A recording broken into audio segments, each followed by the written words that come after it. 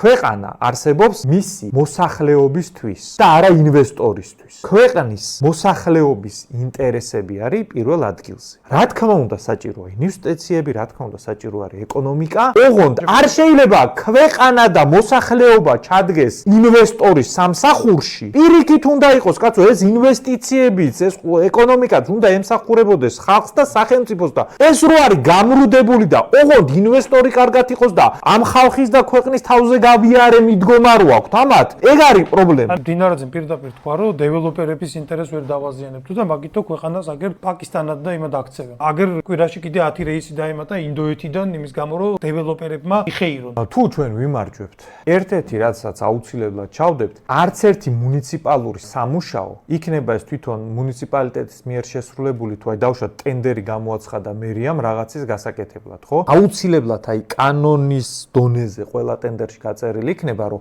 მუნიციპალური სახსრებით სამუშაოების შესრულება არ შეიძლება, თუ შენ დასაქმებული არ ყავს საქართველოს მოქალაქე. ქართველები დამისაქმე, საქართველოს მოქალაქეები დამისაქმე მაგ საკითხში. ეგ უნდა იყოს გაწერილი. კონსერვატორების საქართველოსთვის